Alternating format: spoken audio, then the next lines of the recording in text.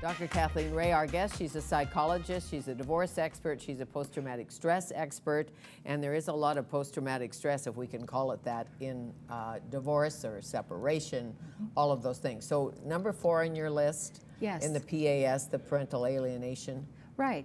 Number 4 is where the child uses what's called the independent thinker phenomenon.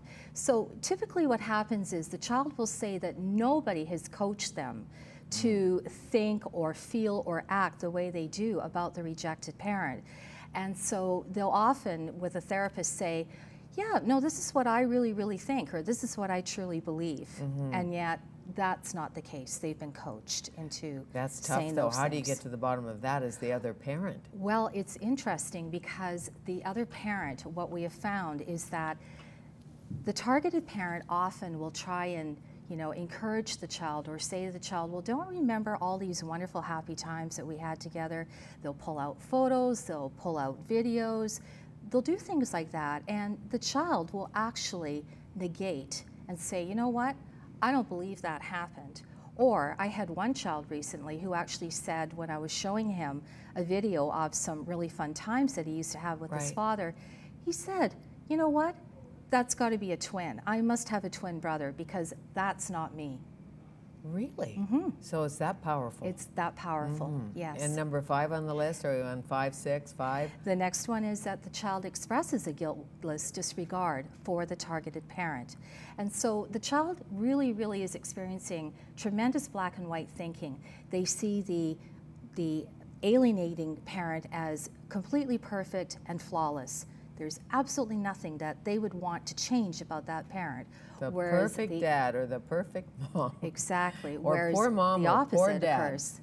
And often the dad moves out. Not often, but much of the time the dad goes to the apartment and he leaves the Swanee place for the apartment. And anybody would think, poor dad, like he's now living in an apartment, and often the men don't have as many buddies around them, Yeah, and so in these cases, the children have a automatic reflexive support for the favored parent, unlike the other Okay, parent. and do they act out, do something like steal shoes to take the pressure off, or? Depending on the level of severity, the child can actually be extremely cruel.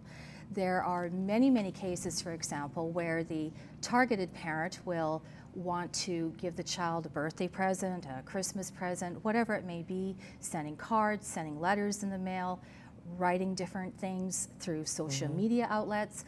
And the child will be very cruel, and when it comes to gifts, for example, they'll actually return the gift to the parent. Yeah, Ooh.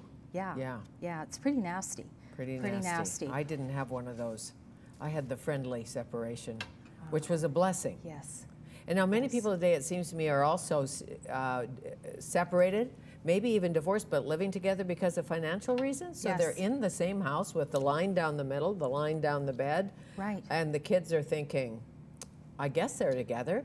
I'm not sure. Right. It can cause a lot of confusion. But interestingly enough, parental alienation syndrome can also be very apparent in living within the same residence. Right. It's a feeling. It is. I mean, you get it. Exactly, yeah. And So another thing too. Do you think you should tell the children, say maybe you're living in separate bedrooms and you've really decided to separate, but you don't know how to tell the kids, or you're just not going to tell the kids, you're going to live in the same space, should you tell the kids? We still love each other, but we're separated, but we can't afford to move out. How about that, or is that too clean? Well, I think it's okay, again, depending on the age and stage of the child and where he or she is at. Sure. Again, you don't want to give too much information out in terms of financial arrangements or anything, that's negative about the marriage, but at the same time, you want to continue to reinforce the fact that no matter what, we are not separating from you or divorcing you, and we will always love and care for you. Right. What about the line, and you hear it from parents a lot, this has nothing to do with you, this is about us. Is that a good line or not a not so good line? Well, I think it's important to say it, within that type of phraseology. It's okay to say to the kids that this is a grown-up problem, and we don't want this to be a big problem for you. Now, keep in mind that no matter what, the children are going to go through a grieving process. And so that's why it's so important to keep that line of communication open and encourage the children to share what they're thinking Sure. and what they're feeling. If there's not abuse in a relationship, do you think most children, even if they're 20 and 30 and 40, wish their original parents were back together? Yes. Or is that just Hollywood? No, it's not just Hollywood. There are many, many adult children that I've worked with through the years who say that I really regret that my parents did break up. Right, and there's some people who say, I don't know how they ever got together in the first place. Like when you grow up and you mature and you get into a relationship and you look at your parents, you think, how did they ever find each other or stay together? And you totally understand it. That's right. No Very wonder true. they left each other. So that's really where you want to get to, I would think, as an adult. Yay, nay. Yes. So anything Very else true. on the PAS Yeah, a couple list? other things that I'll just mention that are also signs of PAS occurring, Fanny. And one is that the child will tend to have a rehearsed quality to the way they're speaking to somebody else. So in other words, they're parroting or they're mimicking what has been coached to them.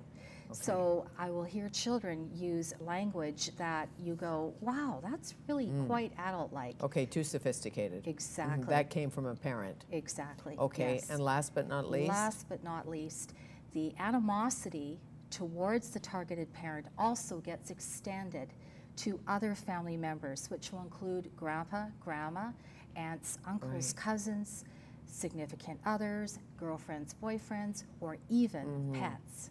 Okay, and the pain of being the targeted parent must be huge. I can't imagine when your kids reject you.